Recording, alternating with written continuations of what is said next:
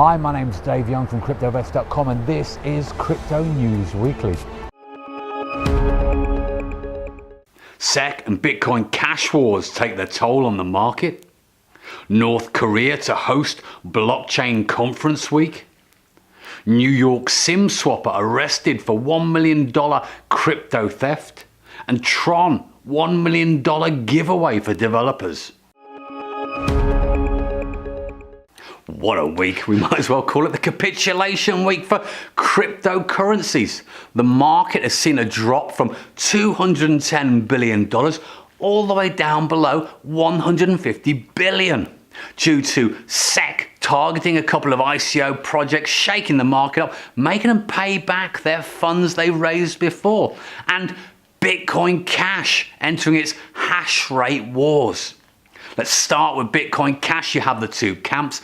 Bitcoin ABC, main face is Roger Ver, Bitcoin Jesus. Bitcoin Cash SV, Satoshi version. We've got Satoshi Nakamoto, or he claims to be Craig Wright, the founder of Bitcoin. Well, as they hit the hard fork, they couldn't agree which version of the code to go forward with. They both ran their own chains in parallel. And to win the hash rate wars, they dedicated more and more mining resources until one chain pulls away and farms out and does more transactions than the other one to become the dominant chain. It became pretty evident that Bitcoin ABC had done this. Bitcoin SV are almost rolling over, admitting defeat at the moment. Exchanges have started listing Bitcoin Cash ABC as the real Bitcoin Cash and getting ready to put the ticker on for the new miner currency, Bitcoin Cash SV. Everybody's a loser in the situation. They've spent millions of dollars on unprofitable mining operations. They've dragged resources away from Bitcoin and they've shaken the investor confidence in the market up completely. As has SEC. They went after Paragon, Airfox, two previous ICOs that had raised $12–15 million, and they've made them pay all the money back, declare themselves as a security and start again. The interesting points in the case are they denied that it was a utility token, saying it couldn't be a utility token because when they raised the money, there was no platform to utilize it on. Therefore, it's a security. And they also said releasing the token onto an exchange before the platform was ready was a speculative security behavior, not a utility token. Why would it need to be there if nobody could use it? This is shaking the market up because they can now take this template, they can apply it to lots of other ICO projects, a big long shopping list of actions they might want to start. So for the crypto market in the short term, things are looking a little bit unstable and rocky. The Democratic People's Republic of Korea is throwing open its doors to international visitors in April of 2019 for a week-long blockchain event in Pyongyang, as long as you're not from Japan, South Korea or Israel, or you're one of those journalists, or we think you are.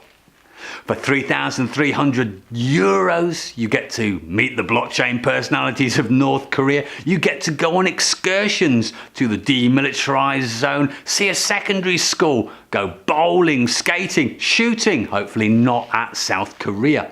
As long as you show respect to the nation and other people, the website advises. Now, from this picture, it's not sure whether this is the actual layout for the conference, the way they do things, or it's the actual security personnel one-on-one monitoring the guests. One thing's for sure, with Korea having a checkered history in hacking other countries' crypto exchanges to maybe take their currency for themselves and using cryptocurrencies to circumnavigate international sanctions, it's not completely clear which kind of guests they're actually aiming for. SIM swapping is the criminal behavior of fooling a mobile phone company or their employees into porting out a number to a new SIM card, allowing you to steal their digital identity by taking their messages, their incoming data. AT&T are up in court for $220 million lawsuit after somebody got robbed of $24 million of crypto assets after AT&T mistakenly reported his number to someone else.